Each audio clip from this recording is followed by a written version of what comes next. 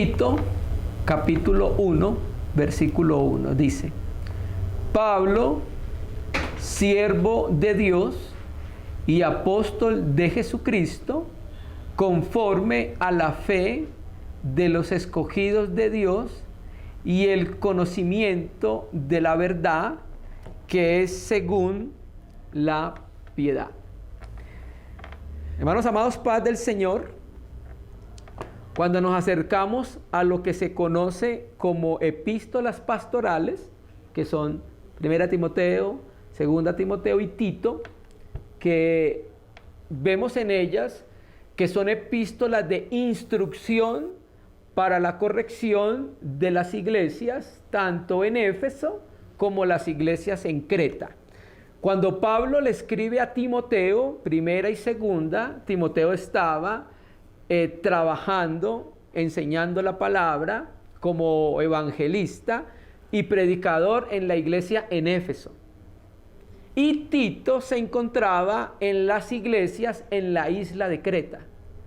Las dos son enviadas en los últimos años de la vida del apóstol Pablo. Entonces escribe para que los hermanos, estos obreros más jóvenes, puedan saber cómo corregir lo que está sucediendo en la iglesia en Éfeso y en las iglesias en Creta. ¿Bien? Estas epístolas, aunque se llaman pastorales, nosotros entendemos que son epístolas de disciplina espiritual. Y la disciplina en la Biblia es una expresión de amor para con todos sus hijos. A muchos de nosotros no nos gusta la disciplina, no nos gusta el orden, pero Dios es un Dios de orden. Y Él quiere siempre traer orden a su negocio. ¿Cuál es su negocio? La iglesia. Es en lo que Dios ha invertido recursos. ¿Cuáles son los recursos? La vida de su Hijo. Y en esto está trabajando el Señor. ¿Bien? Entonces Él en las iglesias quiere traer orden y quiere que nosotros seamos responsables en cuanto al orden que Él quiere traer en las iglesias. Por eso entonces inspira a Pablo a escribir 2 epístolas a Timoteo y una epístola a Tito. Como lo dije ahorita, se conocen como las iglesias pastorales, las epístolas pastorales. ¿Qué pasa cuando las iglesias no tienen orden? Cuando las iglesias el Espíritu Santo no entra a organizarla, sucede lo que pasa con la iglesia en Corintio, por ejemplo. La iglesia en Corintio era rica en dones, tenía muchos dones, pero era una iglesia completamente desorganizada, hermanos. Y cuando usted estudia 1 Corintios y 2 Corintios, brilla por su ausencia el liderazgo de la iglesia. No se menciona por ningún lado a los líderes. Cuando me refiero a los líderes de la iglesia, me estoy refiriendo a los ancianos, a los obispos, a los pastores. No hay una mención de ellos. Quiere decir entonces que había un problema en el liderazgo que estaba causando que hubiese un desorden en la iglesia. Había desórdenes en cuanto a divisiones, había desórdenes en cuanto a reconocimiento del ministerio de Pablo, que trabajó entre ellos, había desórdenes en cuanto a las ofrendas, había desórdenes en cuanto a la enseñanza, porque había un problema con la enseñanza de la resurrección, una doctrina fundamental para el cristianismo. Había un desorden en cuanto a la cobertura de la mujer, había un desorden en cuanto al partimiento del pan. Entonces Pablo tiene que entrar a organizar lo que los líderes no organizaron. ¿Bien? Aquí habían 2 líderes muy capaces, jóvenes, eso sí, pero eran líderes que Dios había formado a través del apóstol Pablo, que era Tito y Timoteo. ¿Bien? Entonces, Pablo lo que le está diciendo a Timoteo es que tiene que ayudar a la iglesia, tiene que colocar un muro de protección en la iglesia para protegerla, para ayudarla, y ese muro de protección lo va a establecer por la enseñanza de la palabra para que la iglesia pueda ser entrada en un orden espiritual. Cuando nosotros miramos esta epístola a Tito, aparece 4 veces en una epístola tan corta una palabra que en castellano es lo que nosotros conocemos como la palabra higiene. En el griego es la palabra higiaino, de donde viene higiene. Y en la Biblia significa tener buena salud. Entonces, vamos entendiendo qué estaba queriendo el Espíritu Santo. Estaba queriendo que a través del ministerio de Tito, que era organizar la iglesia, la iglesia a través de ese orden pudiera tener una buena salud espiritual. ¿Por qué?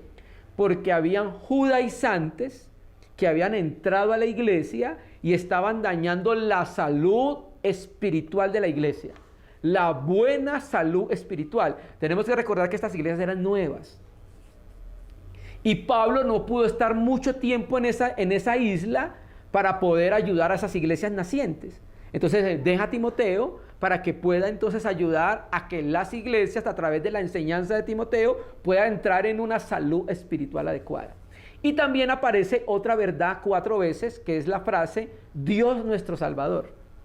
Entonces esos 2 énfasis son los que más se repiten en la epístola. Tener buena salud y reconocer que la salvación viene ¿de dónde? De Dios, que es el que causó la salvación, que es el que envió a su Hijo, para que el Hijo de Dios fuera la fuente que Dios tomaría como base para poder salvar a toda la raza humana. Jesucristo, el Hijo de Dios. ¿Bien? Cristo murió por todos los hombres. Sabemos que todos los hombres no van a ser salvos, por supuesto, pero hay una base sobre la cual Dios tiene para poder perdonar a la raza humana y es el sacrificio del Señor Jesucristo. ¿Bien? Entonces empezamos con este primer versículo. Pablo, siervo de Jesucristo. No, siervo de Dios y apóstol de Jesucristo. Mire, esa palabra siervo es la palabra griega doulos, que significa esclavo. Si usted lo mira en la Biblia textual, traduce como esclavo. Hay una gran diferencia en lo que nosotros hoy entendemos como siervo y como esclavo. Siervo, sí, siervo es una persona que ayuda a alguien, está al servicio de alguien, pero esclavo es algo mucho más profundo.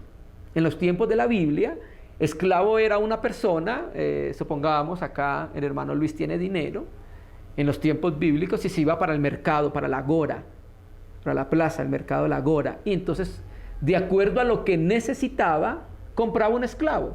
Bueno, necesito construir una casa, entonces miraba, mira, necesito que alguien me ayude con la crianza de los hijos, entonces de acuerdo a la necesidad compraba un esclavo.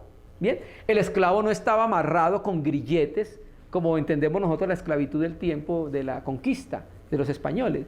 El esclavo vivía en su casa, en la casa del amo, pero estaba rendido a la voluntad del amo. Eso es lo que era un esclavo. Entonces, claro, cuando Pablo escribe esclavo y los receptores leen y Tito lee y los de las islas de Creta leen, mire lo que se reconocía Pablo en relación con Cristo. ¿Cómo se reconocía? Como alguien que había sido comprado por Cristo. Y al ser comprado por Cristo, entonces ahora le pertenecía y estaba al servicio de su nuevo amo. Que eso fue lo que pasó con nosotros. Es como si Cristo hubiera ido a la plaza donde estaban los esclavos esclavizados y hubiera pagado por nosotros. Vea, me compró a este, me compró a este, me compró a este. ¿Bien? Entonces, él se reconoce como esclavo de Dios, pero ¿cómo se reconoce de Jesucristo? Mire lo que dice. Apóstol de Jesucristo. ¿Qué quiere decir eso entonces?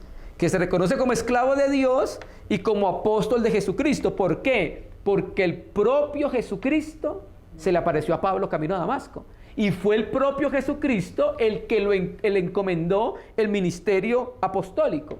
Y mire que aquí, como en algunas otras cartas, Pablo tiene que hablar de su apostolado. ¿Para qué? Para refrendar la autoridad que Dios le dio. En algunas veces es necesario que él lo haga. ¿Y es para qué?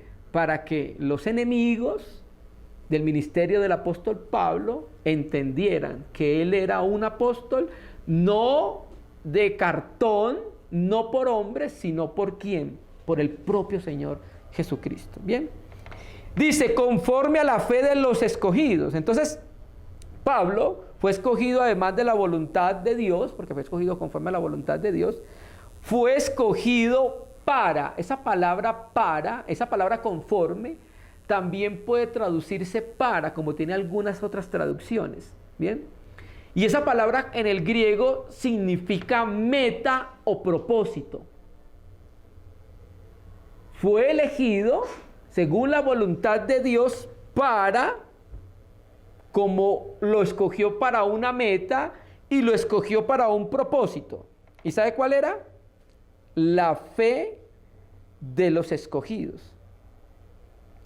Entonces la misión de Pablo era que los escogidos que llegasen a la fe. ¿Cómo llega alguien a la fe? Por medio de la predicación del Evangelio. Por medio de la predicación del Evangelio, los hombres iban a llegar a la fe. Entonces Pablo, por medio de su apostolado, que era ir a las naciones, cuando predicaran el Evangelio, los escogidos iban a llegar ¿a dónde? A la fe. Esa es una de las razones también de su apostolado. Porque no podemos desconocer que nuestro querido hermano Pablo llenó casi medio mundo conocido con el Evangelio. Si hubo alguien que trabajó incansablemente, cuando no había trenes, cuando no había aviones, cuando no había WhatsApp, ni TikTok, fue el apóstol Pablo. Y así llenó casi medio mundo con el Evangelio. ¿Bien? Listo. Conforme, como meta, fue escogido como apóstol para llevar a los escogidos a la fe de Dios y también para llevarlos a algo más. ¿A qué más? Mire su Biblia. Y el conocimiento de la verdad que es según la piedad. Entonces, el negocio de Dios no solo es llevar a los hombres a la fe. Después de que Dios salva a los hombres, viene el segundo proceso. ¿Cuál es el segundo proceso? Este que dice aquí. Es para que los escogidos, después de llevarlos a la fe, los iba a llevar ¿a qué más? Al conocimiento de la verdad. Y no solo al conocimiento. Ahí la Biblia textual traduce pleno conocimiento de la verdad, porque tiene la raíz epi arriba. Entonces sería pleno conocimiento de la verdad. Entonces Pablo fue escogido por Dios como apóstol para llevar a los escogidos a la fe y para llevarlos al pleno conocimiento de la verdad. O sea, el conocimiento de la verdad, epignosis, es como un conocimiento que se ve desde arriba. Los escogidos iban a empezar a conocer las cosas de Dios más plenamente, más profundamente. ¿Bien? Y cuando hay un conocimiento profundo y pleno de Dios, va a dar como resultado una cosa, y es que, mira el texto, que es según qué. Exactamente, entonces cuando hay una predicación apostólica del mensaje del Evangelio, de quién es Jesucristo, de quién es su obra, los hombres se salvan. Después de salvado viene el proceso de edificar a esos salvos para que lleguen al pleno conocimiento de la verdad. Y eso va a dar como resultado que esos hombres escogidos puedan vivir una vida de piedad, o sea, una vida piadosa, una vida santa. Y esa vida santa es a lo que todo creyente fue llamado. A una vida de entrega, a una vida de compromiso, a una vida de respeto, de esposas respetando a sus esposos, de esposos amando como Cristo amó a la esposa, a sus esposas, respetando la sociedad, respetando las leyes, criando a sus hijos en disciplina del Señor, en amonestación del Señor. Entonces, cuando hay una instrucción del pleno conocimiento de la verdad, como resultado va a dar esa piedad, una vida santa, una vida pura. Bueno, ese era uno de los propósitos del llamado del apóstol Pablo, ¿cierto? Entonces, ese conocimiento, el pleno conocimiento de la verdad, moldea la vida del creyente hacia la piedad, a que vive una vida piadosa. ¿Usted no ha escuchado esos términos? Esa hermana es muy piadosa. ¿Has visto ese hermano? Es un hermano piadoso, respetuoso del Señor, respetuoso de la iglesia, de los hermanos, que se conduce en verdad. Es un hermano que cuando habla, habla verdad, no engaña, no miente, es veraz. ¿Sí? Todo eso que conlleva ese término piedad, Eusebia. ¿Bien? Entonces aquí aprendemos algo implícito, y es que esto es un llamamiento de Dios a los maestros y a los pastores a predicar el pleno conocimiento de la verdad para que los hombres y mujeres de fe puedan ser llevados a una vida de piedad. ¿Listo? Versículo 2. en la esperanza de vida, de la vida eterna, la cual Dios, que no miente, prometió desde antes del principio de los siglos. Dios, en su palabra, nos ha prometido que la vida eterna. Hermano, Dios no miente. Él es verdadero. Y si nos prometió que nos iba a dar vida eterna por creer en su Hijo, eso es verdad. Él ha cumplido su promesa. ¿Bien? Y Él prometió esta vida, mire lo que dice el texto, desde los tiempos eternos. O sea, quiere decir que cuando se diseñó el plan de la redención en la eternidad, uno de los capítulos de ese plan era vida eterna para los que creen en mi Hijo. Eso fue gestionado en la eternidad, hermanos.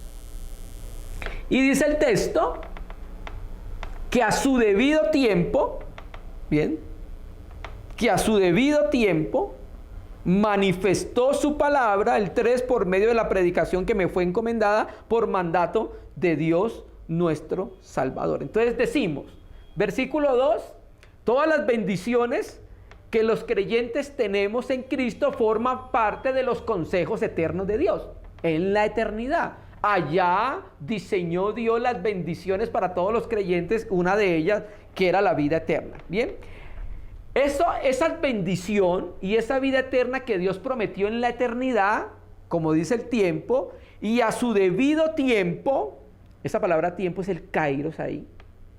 Bien, el kairos es el tiempo señalado. Bien, manifestó su palabra por medio de la predicación que me fue encomendada por mandato de Dios nuestro Salvador. Entonces, ¿qué hace Pablo? Vuelve nuevamente a su apostolado. Bien, entonces está tratando de decir que la revelación de la vida prometida se ha producido por medio de la proclamación del Evangelio. La predicación del Evangelio de Pablo en esos momentos y de los demás apóstoles estaba revelando lo que Dios había prometido en la eternidad, vida eterna a todas las personas. Pero esa vida eterna sale a la luz por la obra de Jesucristo en la cruz. La obra de Jesucristo en la cruz es lo que hace posible que los seres humanos podamos tener vida eterna. ¿Bien? Mucho del programa de salvación se conocía por revelación profética en el Antiguo Testamento. ¿Bien? Pero ahora lo que era la iglesia, de lo que dice Pablo en Efesios 3, que el misterio de la iglesia era la formación de judíos y gentiles en un único cuerpo. Todo eso, aunque estaba tenuamente hablado en el Antiguo Testamento, fue revelado claramente por el ministerio apostólico, tanto de Pablo como del resto de apóstoles. Eso estaba escondido en Dios en la eternidad. En los designios eternos estaba escondido que había una promesa de vida eterna a los que creyesen. Y ese conocimiento que estaba oculto fue sacado a la luz cuando Cristo viene, muere y resucita, y luego los apóstoles, el Espíritu Santo les hace entender esa promesa de vida eterna que se redactó en la eternidad y que ahora salió a la luz. Entonces, hermano, por la predicación de los apóstoles, ahora se conoce ese misterio que estaba oculto, del cual ahora participamos los escogidos.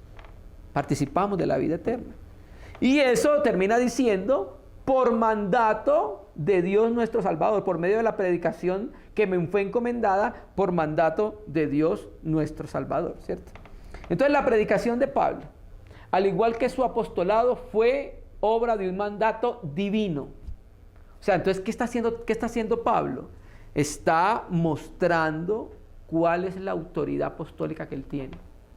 Está mostrando que él tiene una autoridad apostólica dada por Jesucristo y está mostrando que su mensaje procede de Dios, que no es un mensaje que se inventó en su cabeza, que es un mensaje que le fue encomendado y que está predicando por mandato de Dios. Y no lo que se le ocurre, lo que Dios ha revelado en las escrituras proféticas del Antiguo Testamento, viéndolos a la luz de la muerte y resurrección de Cristo. Bien, entonces, ¿qué concluimos de estos versículos? Que el propósito del apostolado de Pablo era conducir al pueblo de Dios a la fe y al pleno conocimiento de la verdad, y conducir al pueblo de Dios a la vida eterna. Esta vida fue prometida por Dios en los tiempos eternos, pero ahora se ha comenzado a revelar por medio de la predicación de los apóstoles.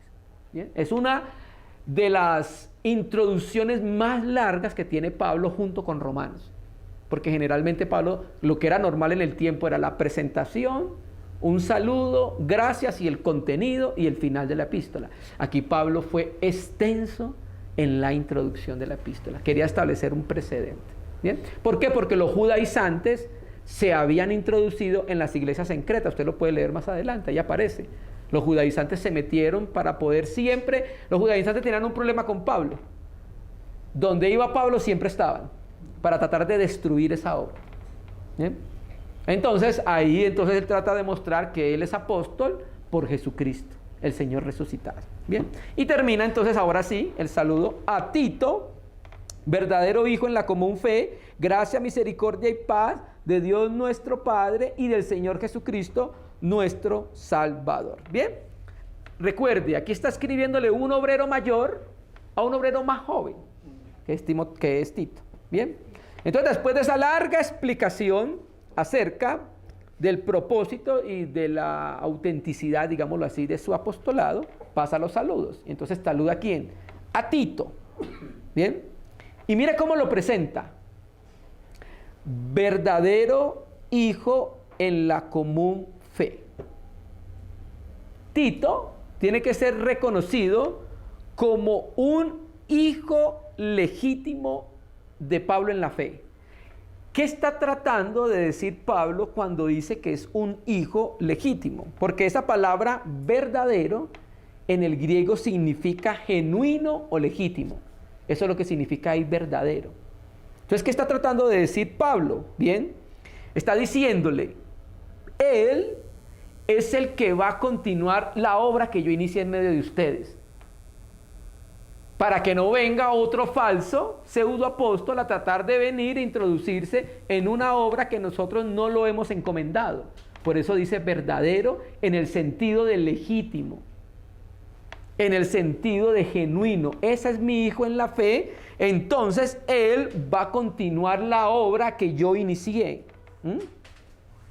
Con eso estaba diciéndole entonces que los falsos apóstoles no continuarían con el legado de Tito, del apóstol Pablo, sino que ese legado lo iba a continuar él, que era un hijo legítimo, verdadero en la fe. Entonces, si habla de hijo legítimo, quiere decir que había unos por ahí que no lo eran. Es que está implícito cuando Cristo dice así en Juan: yo soy la vid verdadera. O sea, cuando él dice que es la vid verdadera, quiere decir implícitamente que hay unas vides que son falsas. Y eso está representado en todo el Antiguo Testamento cuando habla de las vides falsas. Entonces aquí también está implícitamente esto: él es mi hijo legítimo. Entonces tenga cuidado con los que vienen por ahí tratando de decir que son legítimos, porque ellos no van a continuar la obra. Él es el que la va a continuar, Tito, que ustedes ya lo conocen, porque Tito estuvo ahí con Pablo. Bien, y dice hijo legítimo verdadero en la común fe. Entonces tenemos, se trata aquí de una fe común, de un griego y de un judío. ¿Quién es el griego? Tito. ¿Y quién es el judío? Pablo. Y a pesar de que eran de dos nacionalidades distintas, tenían la misma fe, la fe que les era común. Esto entonces abre ya entonces un abanico de oportunidades para cualquier persona de cualquier nación y de cualquier raza pueda entrar a la fe. Bien, tenemos la misma fe, él y yo. Bien, gracia, misericordia y paz de Dios nuestro Padre y del Señor Jesucristo nuestro Salvador. Estas son bendiciones: la gracia, la misericordia y la paz. Y el apóstol desea que esas bendiciones abunden en Tito. Y también le está diciendo que esas bendiciones proceden ¿de quién? De Dios nuestro Padre y del Señor Jesucristo. O sea, lo que trata de decirles es que estas bendiciones son de origen divino. Listo. Entonces, esa es la introducción. Y fue un poquito rápido, porque queremos llegar al versículo 5, que es donde queremos considerar algunas cosas. ¿Bien? Entonces, esa fue ya la introducción, una larga introducción, refrendando su apostolado, mostrando que él era un apóstol legítimo del Señor, que él fue levantado como apóstol para conducir a los escogidos a la fe, y luego de que los escogidos estén en la fe, los va a conducir al pleno conocimiento de la verdad, va a edificarlos. ¿Bien? Versículo 5, y aquí es donde quiero que nos centremos un poco. Por esta causa te dejé en Creta para que corrigieses lo deficiente y establecieses ancianos en cada ciudad, así como yo te mandé. Recuerde, esta es una epístola de orden, de colocar en orden las cosas en las iglesias. En este caso, las iglesias de Creta. Bien, bueno, cuando nosotros comparamos esta epístola con las otras pastorales, que son las de primera y segunda de Timoteo, en primera y segunda de Timoteo, Pablo quería detener a los falsos profetas y la doctrina de ellos. Pero aquí, en Creta, el problema, ¿sabe cómo se iba a arreglar? Cuando Tito colocara en orden la iglesia, organizara todo lo que necesitaba organizar en la iglesia, y cuando la iglesias de Creta entraran en ese orden que Tito iba a hacer y nombrar ancianos, esa era la manera en que Pablo iba a poder arreglar los problemas que habían con los judaizantes. Así, organizando las cosas. Entonces dice, por esta causa te dejé en Creta. ¿Bien? Creta era una isla que tenía muchas ciudades en ese tiempo. No ciudades tan grandes como las nuestras, pero tenía, Homero dice que Creta era la isla de 100 ciudades. Entonces, entendemos entonces que Creta era una isla grande donde había bastantes ciudades. ¿Bien? Entonces, Pablo se ve que había ido a esa isla como apóstol a trabajar.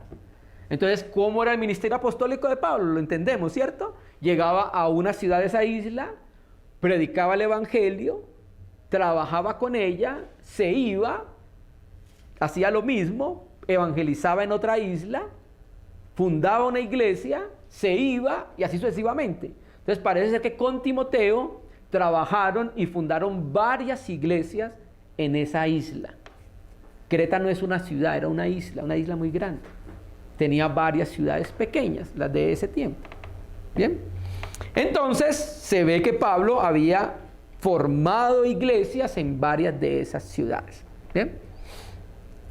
Por esta causa te dejé, en el griego dice atrás. Te dejé atrás. Entonces, ¿qué quiere decir eso? Así aparece literalmente en el interlineal que yo tengo. ¿Qué quiere decir eso? Que ellos estaban juntos, trabajando ahí, y Pablo tuvo que irse y a él lo dejó ahí. Estaban juntos y él tuvo que separarse de él. Lo dejó atrás. Estábamos juntos. ¿Bien? Entonces usted se va a quedar aquí para trabajar. ¿Bien? Entonces esa frase, por esta causa te dejé atrás, como dice en el interlineal que le digo, ¿cierto? Se entiende entonces que Pablo y Tito habían trabajado en la obra, en esa isla, y Pablo tuvo que irse y dejar a Timoteo en la isla con un propósito claro. O sea, aquí no hay ambigüedad en lo que Pablo le encomendó a Timoteo. Era completamente claro. ¿Bien? Entonces, vuelvo e insisto, Pablo y Timoteo evangelizaron, se formaron varias iglesias ahí. ¿Bien? Pero Pablo, lo que da a entender el texto es que Pablo no se pudo quedar el tiempo que era necesario quedarse para ordenar las cosas en las iglesias. Tuvo que salir, el texto no revela la razón por la cual tuvo que irse y dejar a Tito. Pero él tuvo que salir y no pudo organizar lo que se necesitaba, no tuvo el tiempo necesario para organizar las iglesias, para ordenarlas. Entonces, esa fue la razón por la cual dejó a Tito ahí. ¿bien? Y Tito conocía las iglesias. Generalmente en la obra siempre se dejan personas que conozcan las iglesias. Porque si son hermanos que no conocen a los ancianos, a los líderes de la iglesia, generalmente siempre hay un compañerismo en medio de los hermanos. Y por eso a Tito, a Timoteo, ahí en 1 Timoteo, no lo vamos a leer, pero yo voy a decirles, a Timoteo, cuando se le pide que nombre ancianos, le dice que haga las cosas sin prejuicios, no haciendo nada con parcialidad. ¿Por qué? Porque Timoteo era amigo de los que iban a nombrar ancianos. Entonces tenía que tener cuidado de no sobrepasar los límites de la amistad y del Señor en ese nombramiento. Bien, entonces mire que sí había ahí como un asunto de conocimiento y de amistad. Entonces, por esta causa te dejé en Creta. Bien, ahora va a explicar para qué. Eso es una explicación, esta conjunción es una explicación. Le va a explicar para qué lo dejó en Creta. Bien, para que uno, mire su Biblia, corrigieses.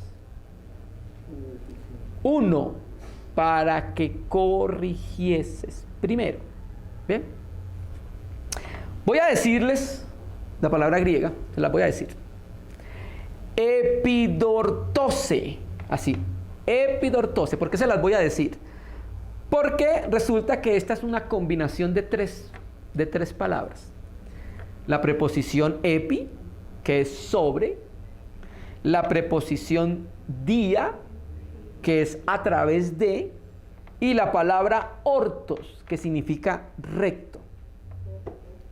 Esta palabra significa poner en orden.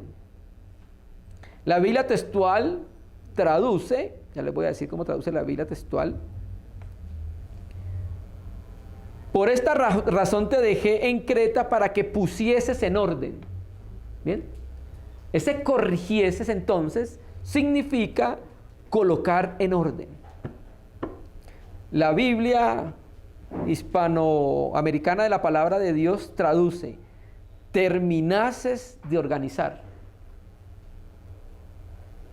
Significa acabases de poner en orden. El diccionario Vine dice: esta palabra se usa en el sentido de rectificar algo que era defectuoso o restaurar lo que había caído en desorden desde que el apóstol había trabajado en Creta. Hay un comentarista, no recuerdo si es William Barclay, que dice que esta palabra es un término médico para hablar de reponer huesos quebrados o corregir un miembro dislocado. Colocarlo en orden. Cuando se disloca un miembro, era también el término que se utilizaba para eso. Bien. Entonces, hermano, vamos entendiendo la razón por la cual Pablo deja atrás a Tito. Porque él no pudo terminar de organizar y poner en orden las cosas en las iglesias en Creta. Entonces le dijo: Tito, quédate en Creta y vas a corregir, en este caso, poner en orden lo que se necesita poner en orden en cada iglesia. Entonces aquí Tito tenía un trabajo arduo. Tenía que ir a cada iglesia en cada ciudad, entrar en comunión con esa iglesia y empezar a colocar en orden lo que cada asamblea necesitaba que fuese organizado. ¿Bien? Entonces Tito debía corregir muchas cosas, doctrinas, prácticas erróneas que pudiese haber tenido las iglesias en Creta. Bien, esa fue una tarea que Pablo no pudo completar, por eso dejó a un obrero más joven ahí. 2, para que corrigieses lo deficiente. Esta palabra deficiente significa lo que faltaba o lo que quedaba por hacer. Así traduce literalmente. Aquí lo deficiente es lo que Pablo no pudo terminar, lo que quedaba por hacer. ¿Bien? Entonces, ¿qué es claro en el texto? Que el trabajo era finalizar una tarea que Pablo no había podido terminar cuando estuvo en la isla de Creta. Ese era finalmente el trabajo de Tito. poder completar lo que Pablo no pudo finalizar porque no tuvo el tiempo y no sabemos por qué tuvo que salir de la isla de Creta. El texto no lo revela y la historia habla muy poco. ¿Bien?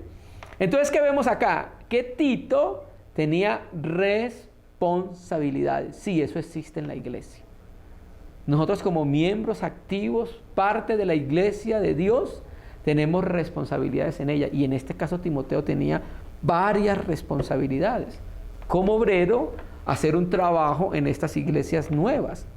Tenía que corregir, tenía que consolidar algunas cosas que tenían pendientes. ¿Bien? Tenía que mirar cómo se podía ayudar al liderazgo que venía. Tenía que mirar cómo se podía ayudar a los hermanos santos pobres. Tenía que organizar muchas cosas ahí en medio de los hermanos. Bien. Por esta causa te dejé en Creta para que corrigiese lo deficiente. ¿Sí? Para que corrigiese lo deficiente. Bueno, y termina diciendo, y establece ancianos así como yo te mandé. Bien. Entonces queremos centrarnos un poco en cómo corregiría Tito las iglesias en Creta. ¿Cómo Tito corregiría las iglesias en Creta? Y la misma epístola nos da a nosotros un indicio y principio de entender cómo Tito corregiría las iglesias en Creta. ¿Bien? Recuerda que Tito era un obrero, era un predicador y era un evangelista. Entonces, una de las maneras que él corregiría las iglesias en Creta era por medio de la predicación de la palabra, por medio de la enseñanza y por medio del ejemplo. Y finalmente, por medio de la designación de ancianos. ¿Bien? Entonces vamos a ver 4 puntos que creemos que Tito utilizó para corregir lo deficiente. ¿Bien? Primer punto, capítulo 2, versículo 1 de Tito. Vamos a mirar cómo podía corregir lo deficiente. 1. Educar a la iglesia en sana doctrina. Texto, Tito capítulo 2, versículo 1. Pero tú habla lo que esté de acuerdo con la sana doctrina. Aquí nuevamente esa palabra sana es higiene en el español. ¿Bien? Y mire lo que le empieza diciendo, pero tú. ¿Por qué? Porque los judaizantes no conocen la sana doctrina. En cambio tú sí. Ellos no, pero tú sí. ¿Sí? Vuelvo y digo, este término sano, del término castellano higiene, aparece 4 veces en el texto. ¿Bien? Entonces, Tito colocaría en orden lo que faltaba enseñando la sana doctrina. La doctrina que le va a dar una buena salud a la iglesia. ¿Cómo lo haría entonces? 1, capacitando al liderazgo de la iglesia, porque eso le dijo a Timoteo. En 2 Timoteo capítulo 2, 2. 2, enseñando la palabra y exhortando con autoridad. Nosotros necesitamos enseñar sana doctrina. Sana doctrina no es solamente que es una iglesia que cree en el Padre, en el Hijo y en el Espíritu Santo. Sana doctrina es una iglesia que lo que va a enseñar va a producir una vida piadosa y saludable en la iglesia. Eso es lo que es la sana doctrina. Va a producir ese resultado en la iglesia. Va a producir líderes que amen la iglesia, que se nieguen, que se entreguen. Va a producir familias estables, matrimonios estables. Va a producir hermanos entregados, comprometidos. ¿Bien? Ahora, hermano, usted me dirá, hermano, pero es que no siempre va a ser así porque Jesucristo era el mejor maestro y Judas le salió. Ajá. Pero mire el porcentaje, 11-1. El resto de los 11 salieron bien, ¿sí ve? Entonces mire que hay un gran porcentaje. Entonces la sana doctrina es la doctrina conforme a las Escrituras que va a enseñarnos a vivir una vida cristiana saludable. ¿Bien? Entonces eso lo iba a hacer Timoteo 1, predicando, exhortando, enseñando, porque si hay un tema particular en las epístolas que se llaman pastorales es la enseñanza de la palabra. Siempre aparece por todas ellas. Y 2, ayudando al liderazgo de la iglesia para que a su vez ellos puedan corregir con sana mansedumbre. ¿Listo? 2. Tito colocaría en orden lo que faltaba, siendo ejemplo de buenas obras. No es solamente enseñar. Eso sería muy bueno si solamente enseñáramos. Y la vida. Hechos 1:1 dice las cosas que Jesús comenzó a hacer y a enseñar. Pablo le dice a Timoteo, cuídate de ti mismo y de la doctrina. O sea que primero es la persona, lo que somos, y luego la enseñanza. Entonces aquí, ser ejemplo de buenas obras ayudaría a colocar en orden lo que faltaba. Texto, Tito 2:7, ahí mismo. Presentándote tú en todo como ejemplo de buenas obras en la enseñanza, mostrando integridad, seriedad, palabra sana, otra vez ese término, e irreprochable, de modo que el adversario no se avergüence y no tenga nada más que decir de vosotros. ¿Bien? Entonces, como lo dijimos, Tito colocaría en orden lo que faltaba, siendo ejemplo. ¿Sabe que esa palabra griega para ejemplo es tipo? De donde viene tipología. ¿Bien?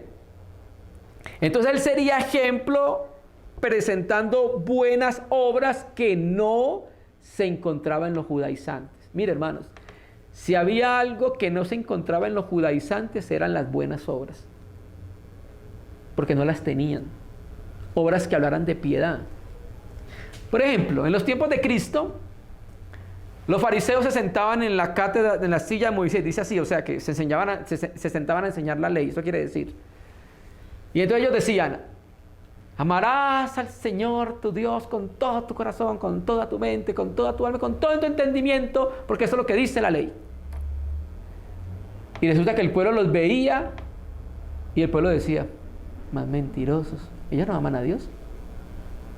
En cambio, cuando Jesucristo se sentaba y decía, amarás al Señor tu Dios con todo tu corazón, con toda tu mente, con toda tu alma, con todo tu entendimiento, la gente decía, este hombre sí ama a Dios de verdad. ¿Bien? Entonces, hermano, nosotros enseñamos con ejemplo, con vida. Nuestra vida tiene que estar, nuestra enseñanza tiene que estar refrendada por la vida, lo que somos. Entonces Tito iba a empezar a corregir lo deficiente, colocar en orden la iglesia, siendo el mismo ejemplo, en buenas obras.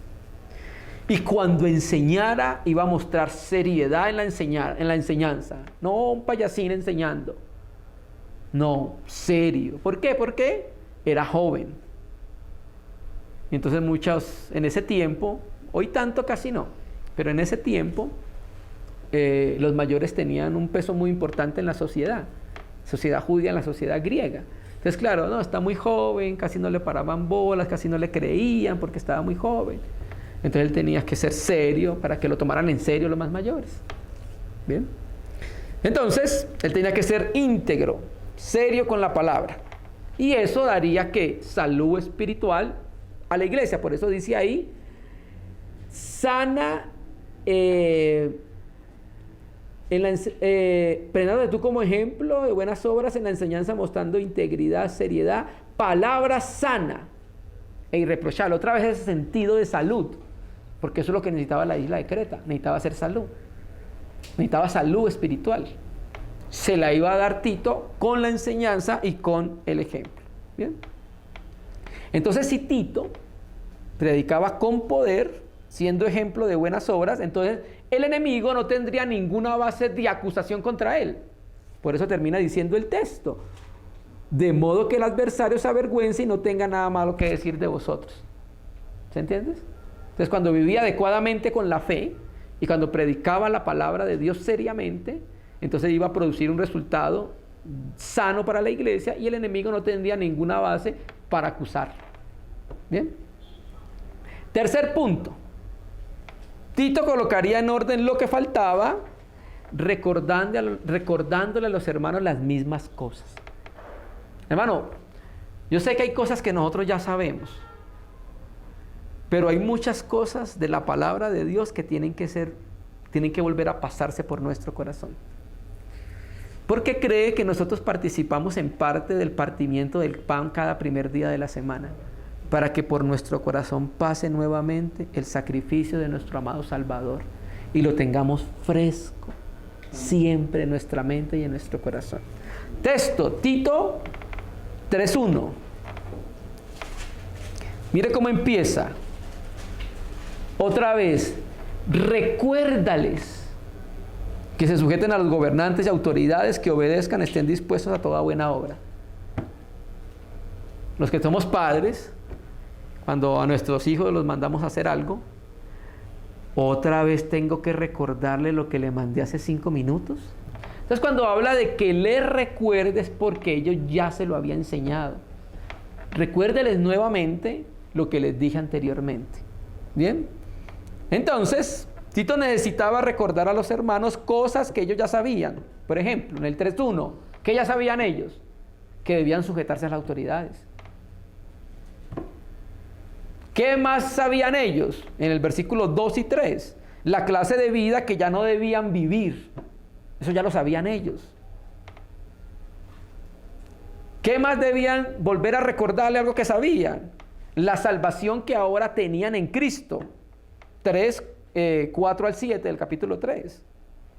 ¿Qué más? Que necesitaban estar dispuestos para toda buena obra.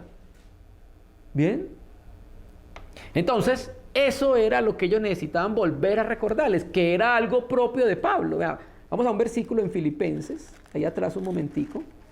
Filipenses capítulo 3, versículo 1.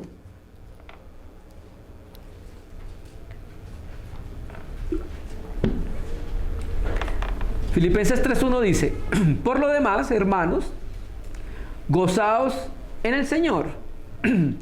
A mí no me es molesto el escribirlo las mismas cosas, y para vosotros es seguro.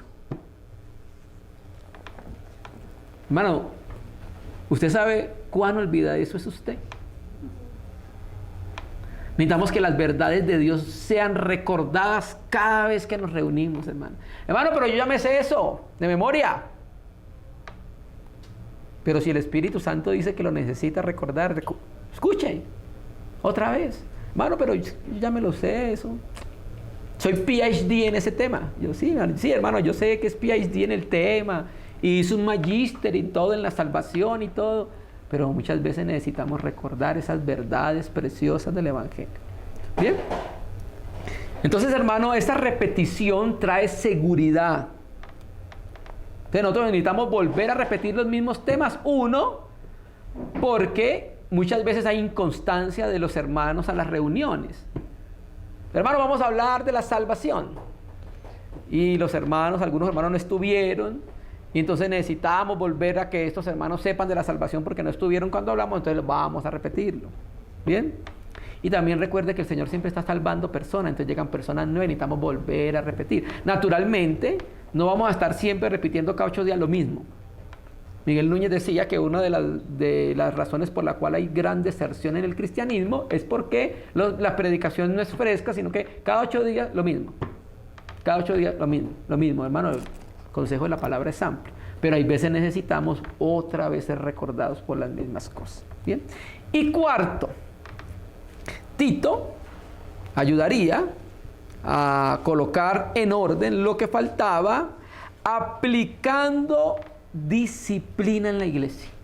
Capítulo 3 de Tito, versículo 10. Capítulo 3 de Tito, versículo 10 dice: al hombre que cause divisiones después de una y otra amonestación, deséchalo. Esa palabra deséchalo, su forma verbal es imperativo, mandamiento. O sea, es un mandato de Pablo. Tito, el que cause división, al que usted ya ha exhortado y sigue todavía causando problemas en la iglesia, deséchelo. Es un mandamiento. ¿Bien? Entonces, ¿qué hace la disciplina? La disciplina mantiene el orden en la iglesia, hermanos. Mira, una de las razones por la cual se hace disciplina en la iglesia o disciplina eclesiástica es para colocar en orden la iglesia. Uno, es para guardar la pureza de la iglesia. Cristo es puro, Cristo es santo, la iglesia tiene que tener una experiencia parecida. Dos, se hace disciplina en la iglesia para que el pecado no contamine a los miembros. Y 3, se hace disciplina para que haya un orden en la iglesia. Porque cuando no hay disciplina en la iglesia vuelve un desorden. Y cada uno hace lo que le parece conforme como termina el libro de Jueces. El libro de Jueces termina diciendo, cada uno hacía lo que le parecía porque no había rey en ese tiempo. Entonces se necesita colocar en orden. Los hermanos necesitamos entender que esto es serio. Entonces Tito iba a colocar en orden lo deficiente, también trayendo disciplina a la iglesia. ¿Bien? Y entonces otro hermano puede hablar acerca de más aspectos que Tito iba a utilizar para colocar en orden lo que faltaba. ¿Bien? Pero estos 4 puntos son importantes, que nos ayudan a nosotros en nuestra asamblea local a colocar en orden cada vez más las cosas en ella. ¿Listo? Entonces, después de colocar en orden lo que faltaba, se podría establecer ancianos en cada ciudad. Eso también hacía parte de colocar en orden. Y establecieses ancianos en cada ciudad como yo te mandé. ¿Bien? Entonces se tenían que nombrar públicamente, reconocer públicamente a los ancianos, y eso iba a ayudar a que la iglesia también entrara en un cierto orden. ¿Bien? Entonces, era muy importante esa tarea de este obrero joven en medio de ello. ¿Por qué? Porque las iglesias, todas las iglesias siempre van a necesitar líderes que ayuden a la dirección y la conducción de ella. ¿Bien? Entonces por eso estaba Corintios. Corintios estaba así no porque no hubiese ancianos, sino que no había ancianos o un liderazgo espiritual capaz de guiar a los hermanos, de corregirlos. Pablo tuvo que entrar él mismo, que no vivía en Corintios, fundó la iglesia pero no vivía allá, tuvo que entrar él mismo a corregir porque los líderes no la corrigieron, no colocaron en orden todas esas situaciones, hermano. Bien, entonces muy rápidamente con estos 4 puntos podemos entender en parte cómo Tito iba a colocar en orden lo que faltaba, que no pudo hacer el apóstol Pablo. Naturalmente se ve que hay un tiempo que pasa entre la fundación de las iglesias y el mandato a Tito, porque empezaron a desorganizarse algunas cosas en medio. Entonces Pablo, quédate allá atrás, quédate ahí trabajando con los hermanos. Bien, entonces hermanos, hay muchas cosas prácticas que nosotros podemos aprender de esta porción. Nos quedamos ahí en el 5, y es que como creyentes nosotros debemos pedir al Señor que nos muestre las cosas que necesitamos colocar en orden en nuestra asamblea. De verdad, necesitamos pedir al Señor eso, nos muestre. También aprendemos que es necesario que prediquemos la palabra de Dios con poder, porque la palabra de Dios con poder predicada va a ayudar a colocar las cosas en orden en nuestra asamblea. Hermano, mire, yo he visto asambleas que tienen unos ciertos desórdenes, y cuando la palabra de Dios empieza a ser predicada, las cosas empiezan como a colocarse en su lugar. Recuerdo en una asamblea donde había una hermana, y entonces ella decía así: las esposas tenemos que ser rebeldes a los maridos. Entonces se empezó a predicar la palabra, se empezó a predicar la palabra, y se empezó a colocar en orden lo que el Señor decía. La asamblea empezó a tener un orden por el desorden ese que había. Entonces la palabra tiene ese poder, hermano. La palabra tiene un poder sobrenatural, ¿sabes? Amén. Romanos 1 dice, ¿ustedes lo conocen? Porque no me avergüenzo del evangelio, porque es poder de Dios para salvación a todo el que cree, primeramente al judío y luego al griego. Esa palabra poder es la palabra griega dinamis. Esa palabra dinamis viene de dínamo. Unos hermanos dicen que es dinamita, pero en ese tiempo no existía la dinamita. Dínamo. Y el dínamo es algo que tiene una fuerza constante. Para generar electricidad. Constante. Entonces la palabra de Dios es eso. Es una fuerza de Dios constante que puede salvar al hombre. Yo y los hermanos tenemos una encomienda, y es predicar la palabra. Predícala. Pablo sembró, Apolos regó. Pablo predicó la palabra y sembró la semilla. Apolos vino y con la predicación regó esa misma semilla. Y el crecimiento lo va a dar Dios, pero hay que hacerlo. Eso tiene que ver con el crecimiento misterioso de la semilla de Marcos. Pero hay que hacerlo. 3, necesitamos tener un corazón dispuesto a la corrección. Porque si necesitamos colocar en orden, necesitamos corregir. Entonces necesitamos estar dispuestos a ser corregidos en lo que necesitamos ser organizados. ¿Bien? Y como líderes también, los líderes necesitan, hermanos, necesitamos poder traer cosas prácticas y también disciplina a la iglesia. Naturalmente en un ambiente bíblico, en un ambiente espiritual. ¿Bien? Usted no va a hacer disciplina eclesiástica. Hermano, queremos hablar con usted porque usted está pecando. Ay, ¿cómo estoy pecando? Es que la hermana Tales tuvo un sueño que usted estaba en no sé en dónde, entonces, no, cosas reales, cosas verdaderas. ¿Bien? Entonces, cuando hacemos esto, entonces podemos empezar a ayudar a la iglesia a que se coloque en orden lo que necesita. ¿Bien? Entonces, esa es la introducción de la epístola a Tito. ¿Bien? Mediante, entonces, en otra ocasión podemos seguir avanzando un poco más, a ver si podemos entender lo que el Espíritu Santo quería para las muchas iglesias que había en las islas de Creta. Y esto fue algo que ocurrió en el tiempo y es una palabra que es vigente para todos los tiempos y edades porque es la palabra de Dios.